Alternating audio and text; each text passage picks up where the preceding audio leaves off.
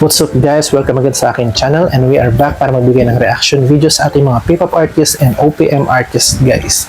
And for today, ang bibigyan ko ng reaction ay ang isa sa mga pinakapaborito kong girl group sa ating P-pop guys, which is G22 guys.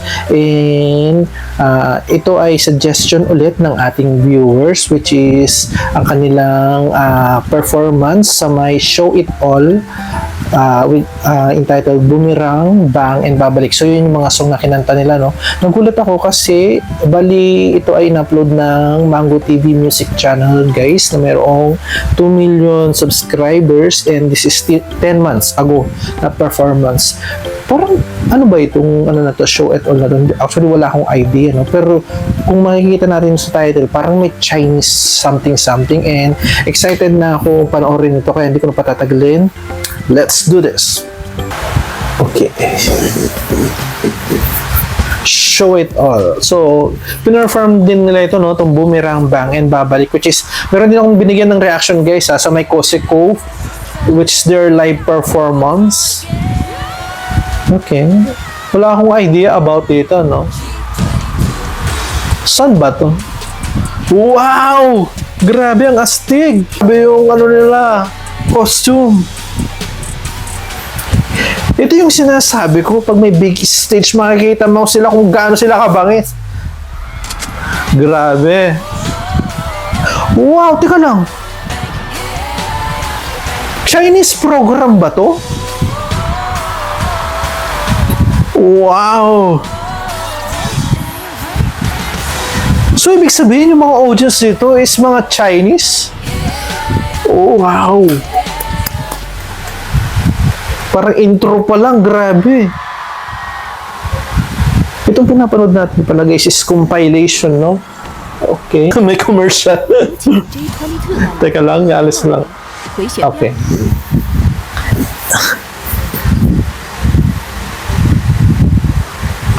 Grabe. Nagsisimula pa lang pero pasabog na, no?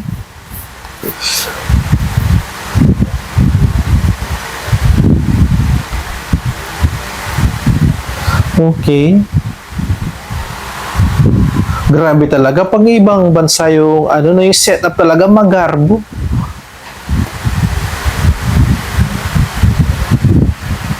May exposure na pala sila sa ibang ano, no? Grabe. Althea AJ. Wow.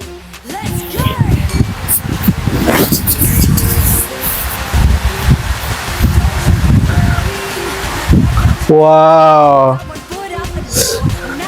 Parang iba yung atake ni Jazz dito, no? Parang may pagka-husky yung boses niya dito. Of course, EJ. Grabe talaga si AJ. And this is Althea. Wow. Boomerang? Oh, yeah. Grabe, nakaka-proud, no? Showing the world kung anong merong sa ating mga P-pop girls. Grabe, hindi ka talaga ipapahiya. Nakaka-proud. Wow. Partida pa yan, hindi pa nila naiintindihan kung ano yung salita natin, di ba? Pero grabe yung hype, no?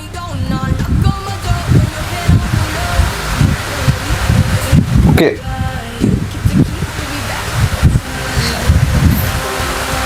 Ito ang gusto ko sa ibang bansa, no? Yung music show, yung paano nila kina-capture yung performance, ang ganda talaga. Which is sana madala sa Pinas, no? Kung paano nila kinukuha. Grabe. Lalong umaastig guys yung kanta.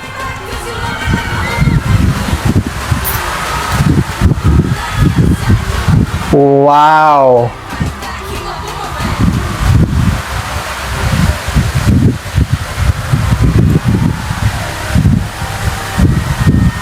Grabe. Ito yung sinasabi ko, nakakapanginayang hindi nakita sa may Cozy Cove, yung kanilang dance performance. Grabe no, galing talaga.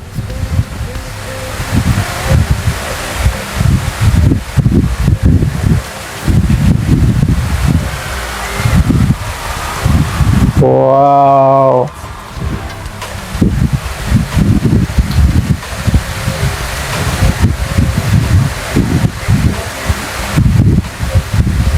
Dance break, astig.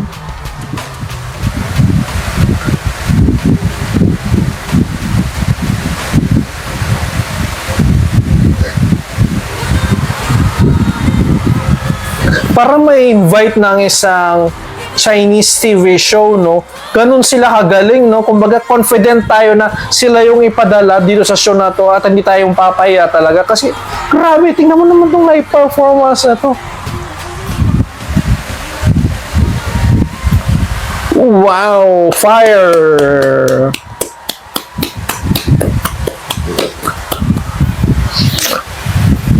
Wow! Grabe yung cheer up ng mga tao dun, no? And this time, babalik, which is ballad ga.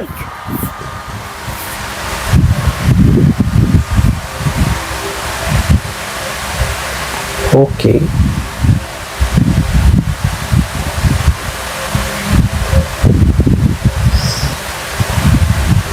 Grabe yung ano na yun, boomerang na parang umaapoy na performance ang pinakita nila. Pero ngayon, papakita naman nila yung ibang side nila, no?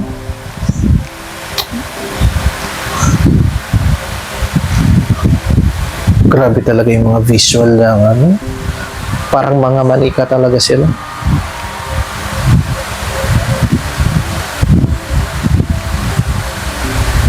Para silang prinsesa dito, pero yung costume nila kanina napaka-astig.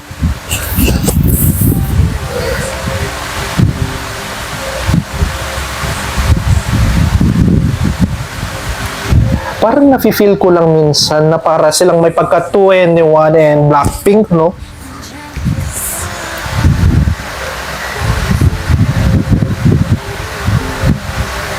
Very well known din kasi ang 2NE1 pagdating sa performance and sa ballad, which is parang same na same talaga, no? Ang difference lang is 4 yung member ng 2NE1 and sila 3 lang. Wow, napaka-talented. May puso.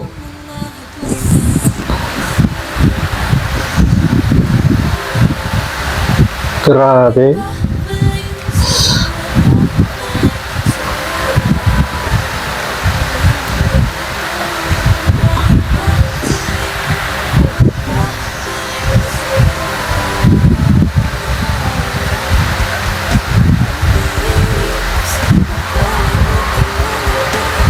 Ang ganda talaga nung ano nila, no? Yung pag-capture, no?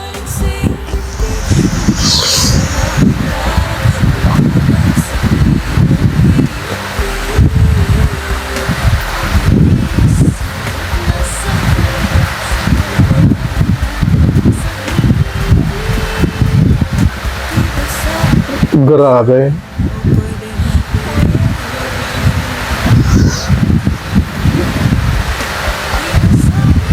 Wow! Solid talaga ang boses ni Jazz.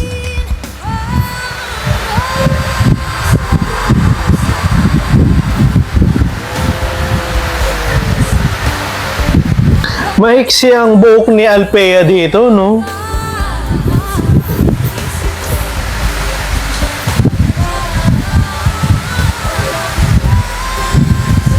Solid yung mga ad-lib niya doon, no?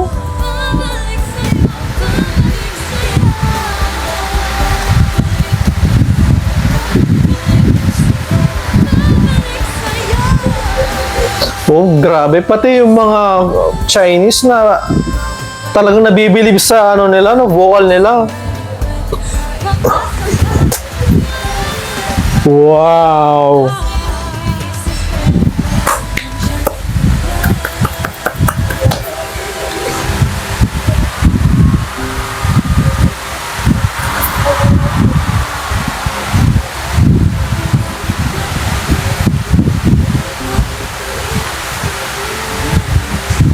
Wow!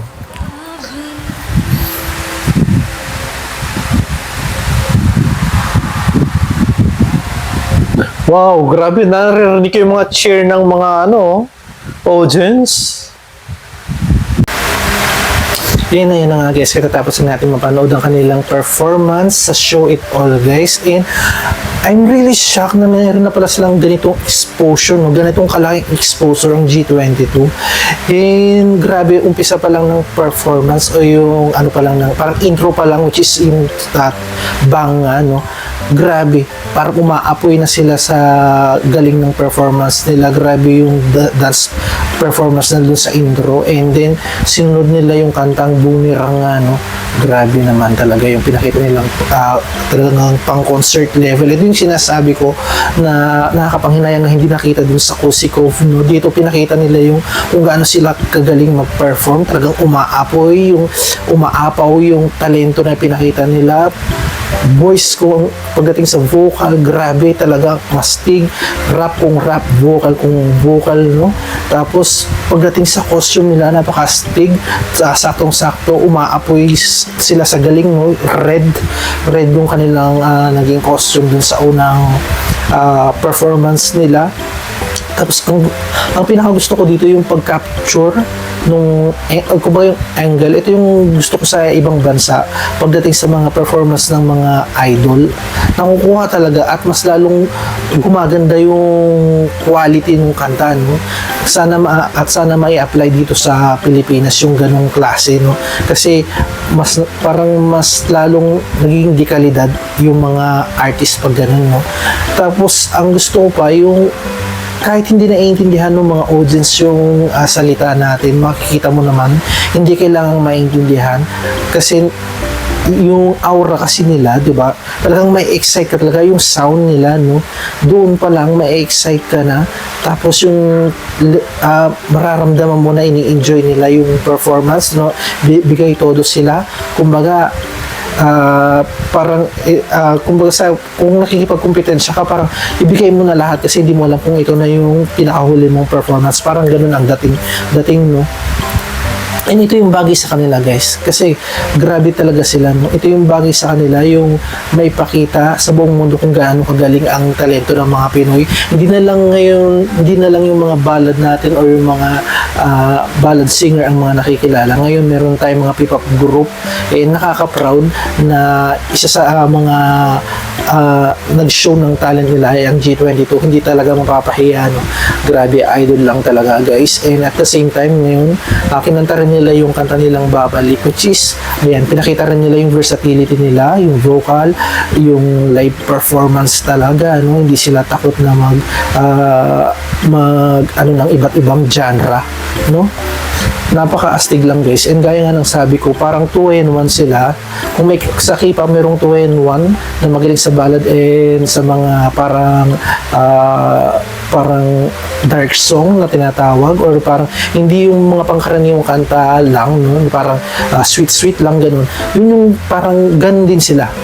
Ganun kalakas yung charisma ng G22 guys. Kaya talaga namang hinahanga ko sila kasi they are very unique sa lahat ng mga P-pop group na makikilala natin guys, So talagang malakas ang loob ko na sabihin na talagang mas makikita natin na malayo ang mararating ng grupong ito dahil sa talent nila guys, Tapos yung nagustuhan ko pa dun sa performance nila dun sa ballad nila guys is may puso talaga pag kumanta, Kung sa nila sa Boomerang, rock kung rock, fire kung fire yung performance, dito may puso, inaano nila, kumbaga makaka-capture nila yung puso mo kapag nagpe-perform sila ng mga ballad, Kaya naman overall guys, ang masasabi ko, fantastic talaga ang G22 sa kanilang performance, sa lahat ng naging performance nila dito sa show na to, nakaka-proud na Pinoy sila guys, pinakita talaga nila na magaling ang mga Pinoy pagdating sa pagpa-perform. And that's it guys, diyan ko natapusin ang aking reaction video. Kung nagustuhan niyo itong reaction video to, please do like, share, and subscribe sa aking channel. And kung mayroon kayong mga suggestion, feel free na mag-comment down below, and I'm willing na gawin itong reaction ng video to guys, dahil ginagawa ko ito to support our P-pop artists and OPM artists guys. And that's it guys, see you again sa upcoming reaction video na aking mga gagawin. Bye! Hold on.